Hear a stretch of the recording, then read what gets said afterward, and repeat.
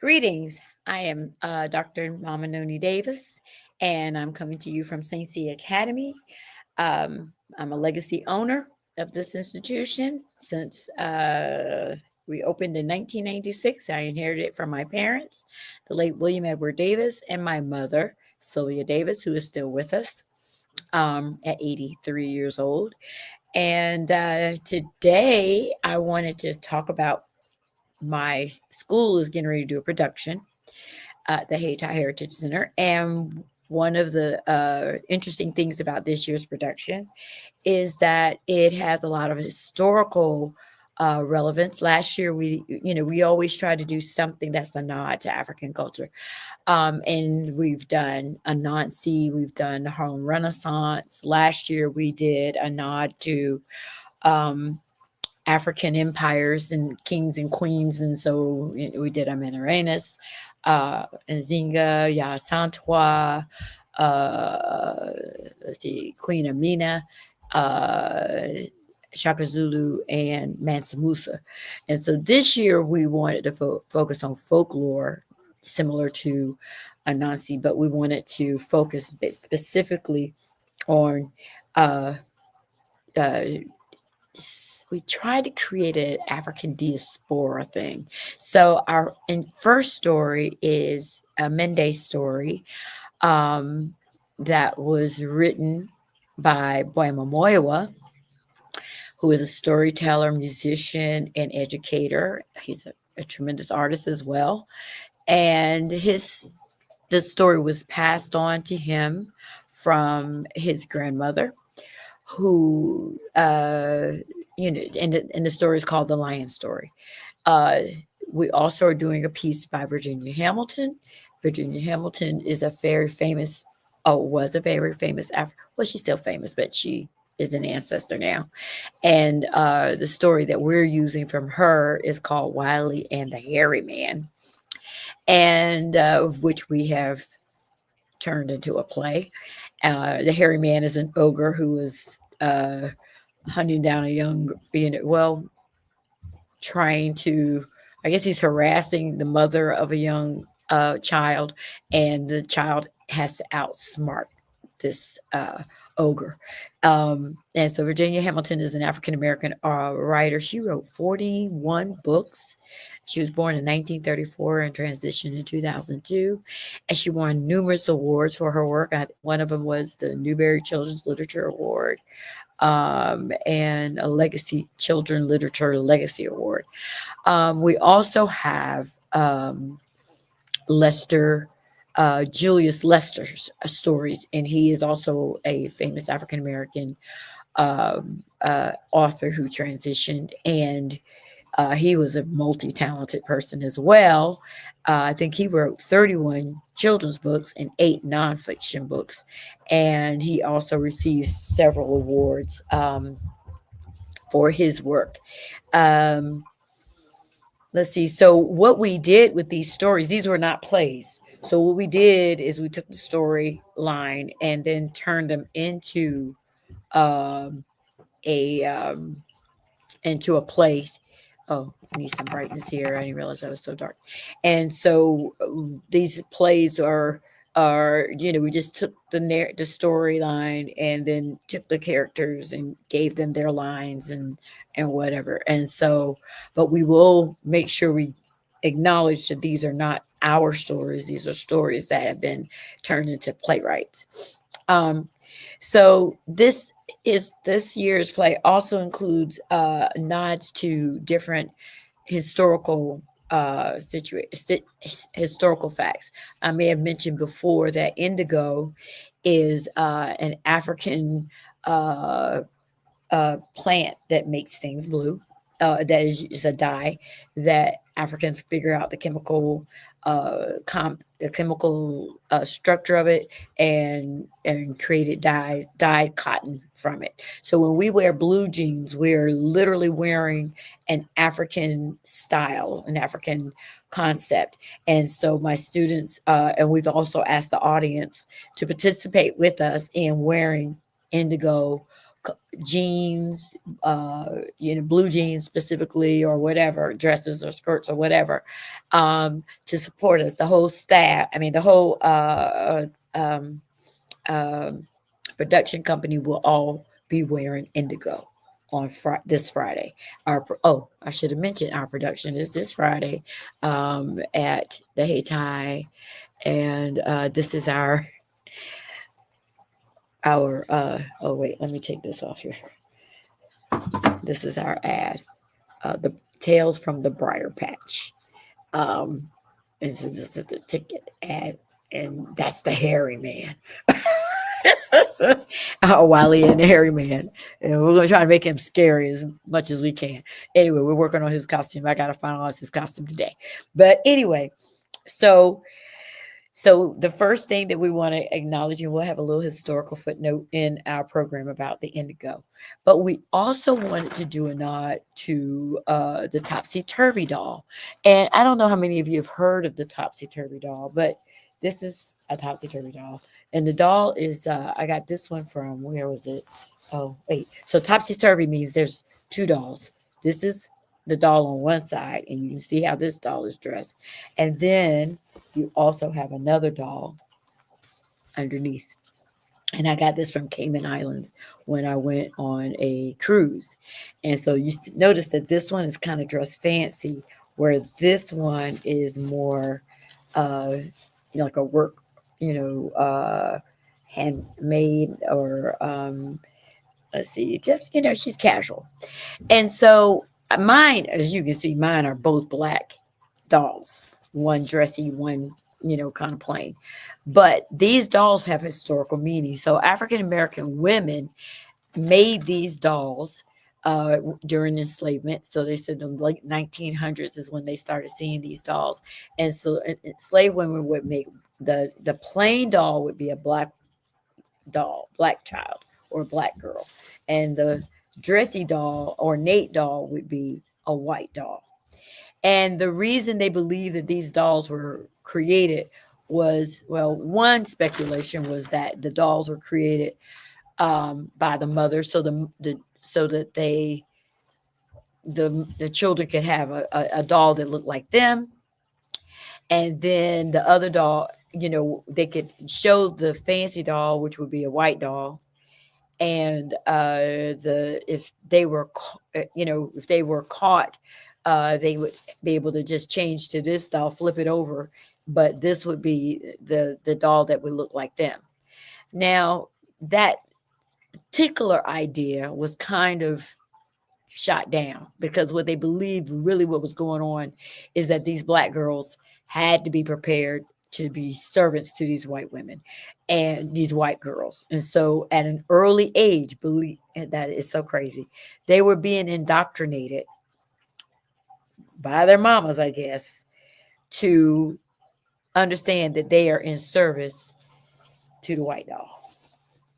And they had to pretend to care. I mean, it was a way to, I guess, to get them to have to feel like they had to take care of these white girls, and serve them and do all of that. But they said it was the women on the plantation. And so here's an example of what the Topsy Turvy doll would look like. So you have the white girl on the bottom. I don't know if I turn this. No, it's not going to do it no matter what I do. All right. So the black doll is on the top and the white doll is on the bottom. And so I'm trying to think, was there another? I don't think I want to give another example. This is the only one I'm going to do.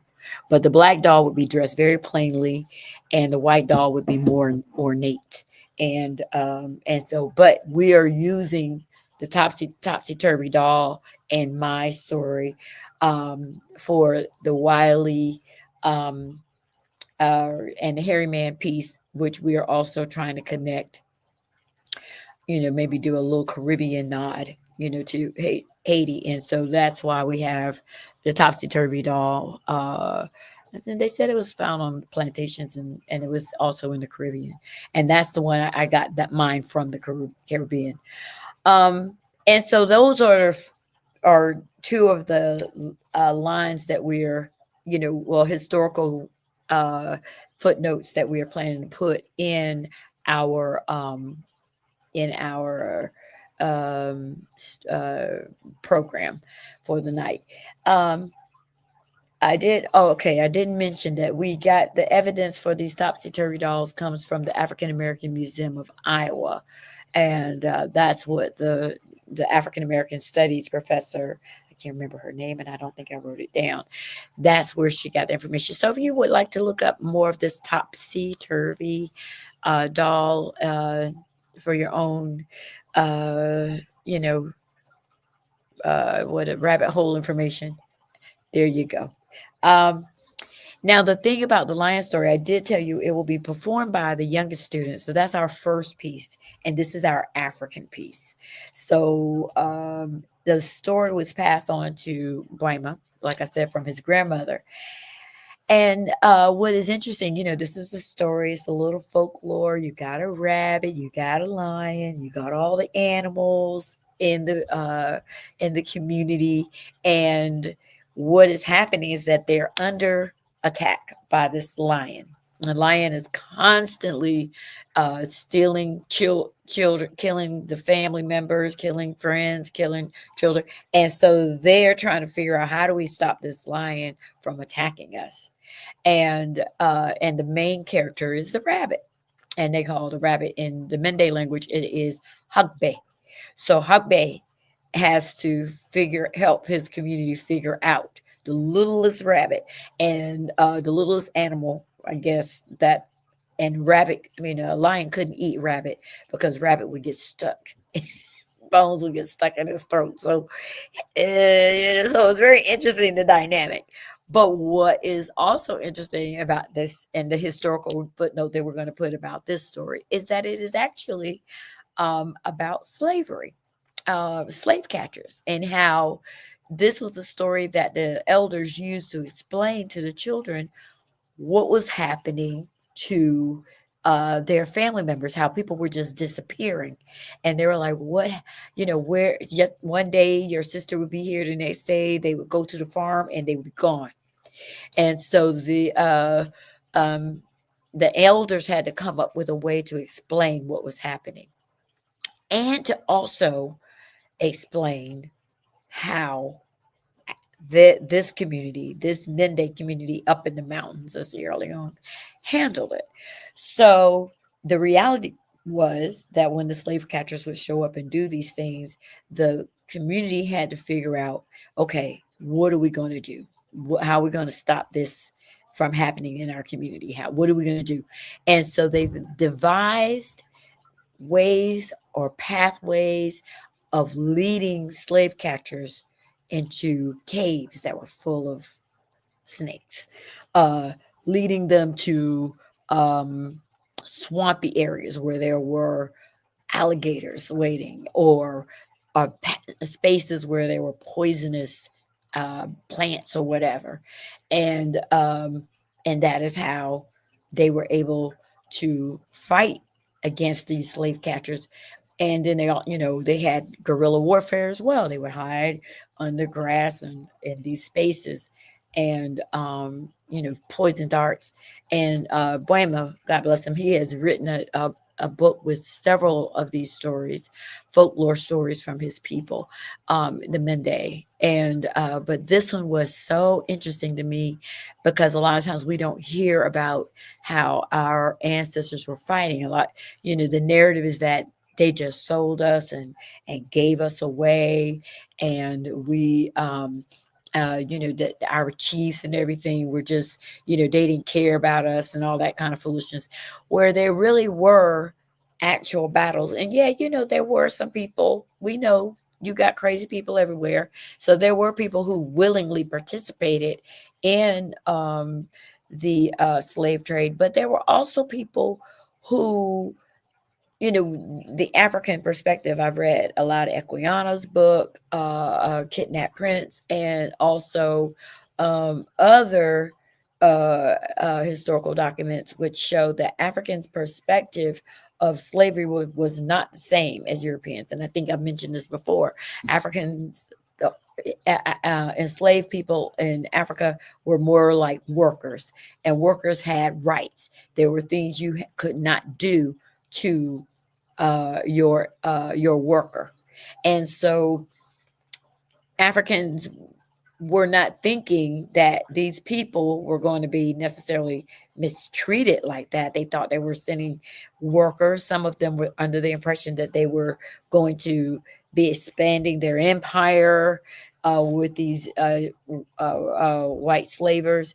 I don't know how many of them were aware of the violence, but we know that there was a mixed bag. It wasn't just straight up just selling people. You had folks who were doing crazy stuff, but you also had these other people who were unaware of what was happening. And then as these people continuously came back for more folks, that this is when wars and were beginning to happen. We also know that they were threatening.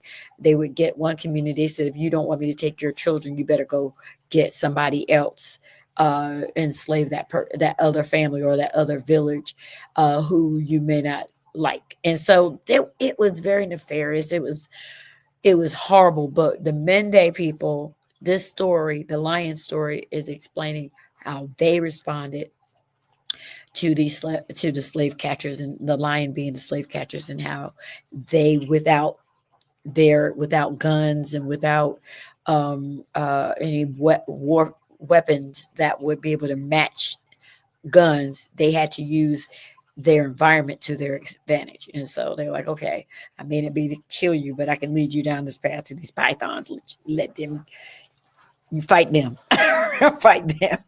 Um, Now, the other thing I wanted to go into is that, most of us know about Brer Rabbit, and it has been determined that Brer Rabbit, the small and clever over little creature who is able to overcome the large and the powerful. That's the theme with the rabbit. The rabbit is supposed to be the most vulnerable, uh uh one of the most vulnerable animals in the kingdom, and yet this one is also considered one of the smartest, and can outmaneuver these huge, big, larger animals, whatever.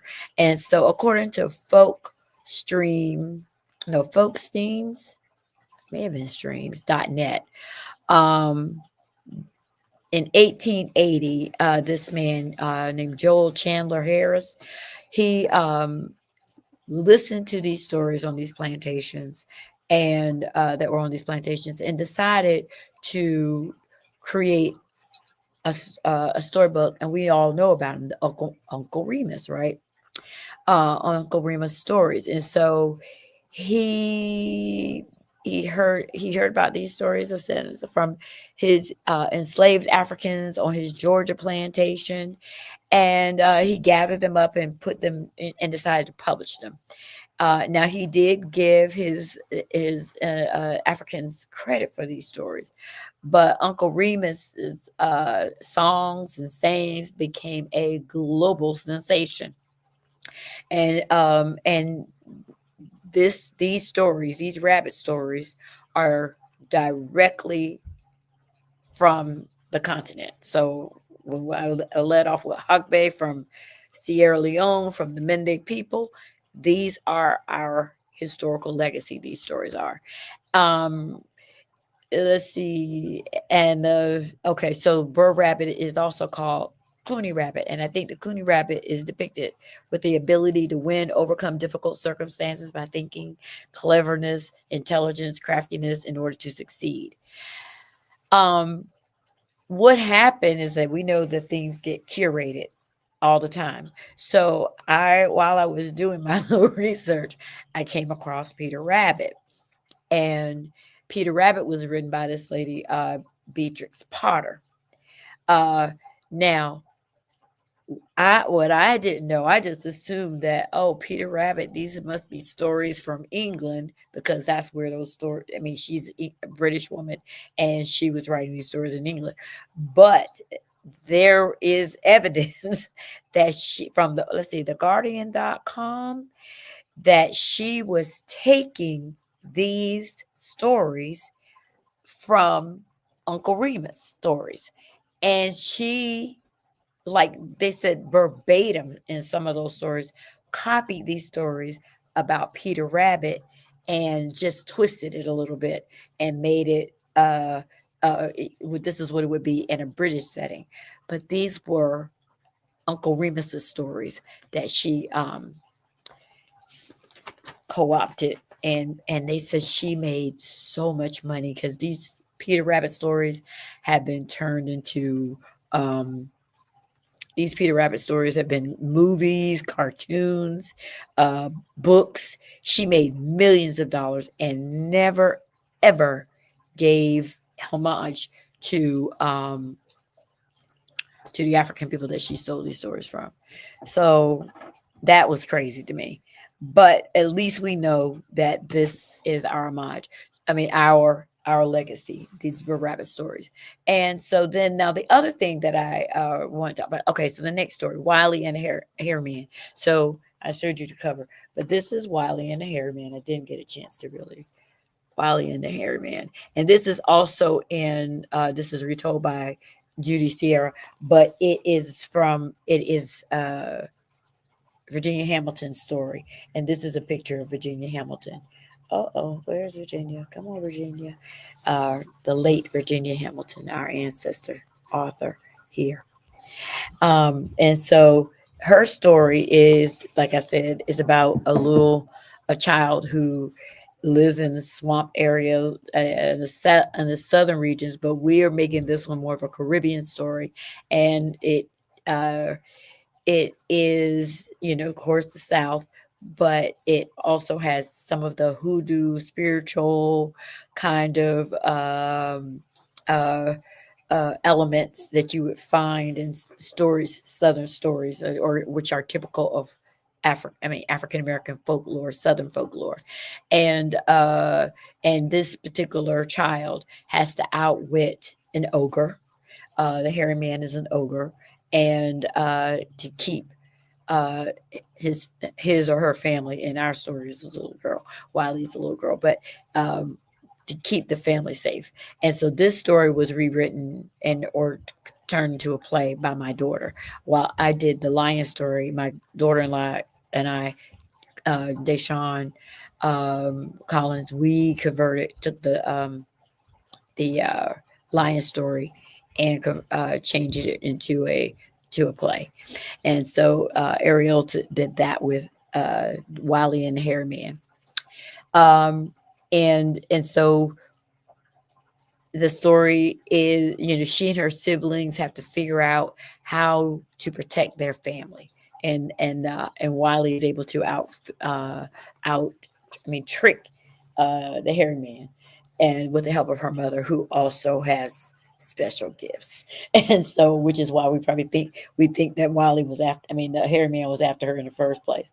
So the other author is Julius Lester, and I talked about him earlier. And he has three Burr Rabbit tales that we are also going to introduce. And one is in a goober patch, and another one I can't remember. All of them are in the farm on a farm an area that takes place in the South. And what we're doing with this one, we're making these stories more like the 30s and the 40s, with more of a bluesy bluesy edge to it. We're going to have a little bit of oh goodness, what's his name? Oh, a blues author or artist, and his name. I feel so bad. What's his name? Oh goodness, my brain is not working. But anyway, so we're gonna have a little bluesy to that, where we're doing Lindy Hop and all of that for this story, and then the finale would be our Sente. We're going to do an a finale where all the kids come back on stage and take their bows or whatever. But these stories are important for our children to know. A lot of times when you see these theatrical productions, every now and then you might see something that's a nod to Black people, and it's only during during Black History Month a lot of times. But everything we try to do has an original aspect of it to it. We'll take a story and transform it into something that has an original edge to it. Our set design is our original. All of the babies in the first from ages 3 to 8 who are in the Mende story are all going to wear indigo, and we've made their little costumes where they're wearing a giraffe. I got a lion, I got some monkeys, I got giraffes and zebras and elephant and deer and antelope and all of these critters, and of course hubby. uh, there'll be a whole family of rabbits for this piece. And like I said, we have to let our children know these stories and understand what was the meaning behind this folklore, that our ancestors were not just sitting back and living defeated. They tried to find a way to overcome these challenges. And once you understand that, then you would see also the legacy of our ingenuity, our creativity, in the midst of real tragedy and grief and disruption and destruction to our spaces. We found a way. We found a way to handle these problems and overcome them. And it may have taken years to get it done, or in some cases centuries to get it done, but we were steadfast and practicing determination and fearless. Some of us, everybody may not have been out there to swing, but uh, there were enough of us who were willing to do that. Go out there and fight for our freedom and protecting in order to protect our families. And so and then also the children are learning our music. They're learning the African drum rhythms. They're learning the songs that the little ones will be singing. In some instances they're speaking the Mende language, which is adorable. They're learning some of the call and response of the languages, which is just a blessing. And they're learning this stuff so fast, and understanding what the meaning of it is. Then, of course, the older kids, like I said, we are learning. They're also learning about the Lindy Hop in that era. They're learning about these authors. Virginia Hamilton. They're never going to forget these people, Virginia Hamilton and Julius Lester, and of course Moiwa, and see, you know, know your own people, know what they did, know what what stories they wrote, and hopefully it will generate some interest in doing other readings. We did read Virginia Hamilton's uh, The House of Dyers Dreer last year, so my kids already do know about her. So, uh, and they loved the story and uh, still talk about it. Like last year, that book was so good, and so. But then again, like I said, and then with Mr. Julius Lester. So I just want to conclude that every year we try to bring our children into of expand our knowledge, broaden their understanding of who we are, uh, without unapologetically. We're unapologetically Black. Uh, we have our own things to say. We have our own worldview, and also to see how we conquered, overcame, pushed, pushed through difficult situations, and overcame, and how we had to use our intellect, our wit, and our determination to accomplish those things, to accomplish the task at hand, to deal with the enemy. And that's what we got to do today. So I hope I'm encouraging you. Wow. Okay. Well, we can do this. Ashe, Asheo.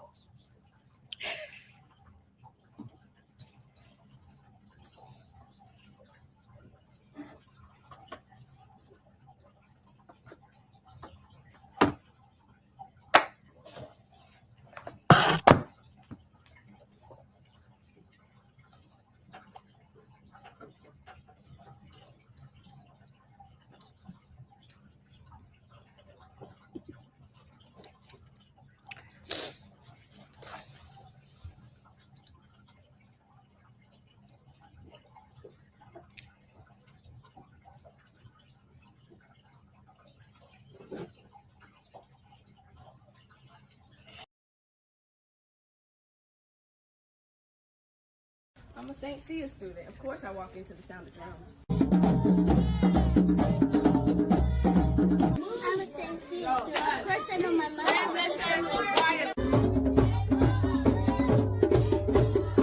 I'm a St. Cia student. Of course I can play the drum. I'm a St. Cia student. Of course I can work with my hands.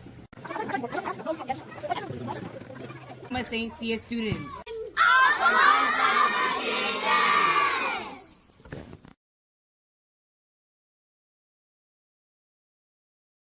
If you're talking, they will hear you. We all want our kids to grow up safe and healthy, so we show them how. And we tell them with honest conversations that let them know what we expect. Not just one time, but every chance we get. That's especially important when it comes to alcohol and other drugs. Kids not only need to know the dangers and how to avoid them, they need to hear it often from you. And when it comes to pain medications, opioids, they need to know that they should never be taken without a prescription and never shared with friends or family. It's dangerous and illegal. So talk with your kids and guide them through the challenges of growing up safe and healthy. Because when you talk, they hear you. For more information about talking with your kids about underage use of alcohol and other drugs, visit underagedrinking.samhsa.gov. So talk, they hear you. You can do it if you try.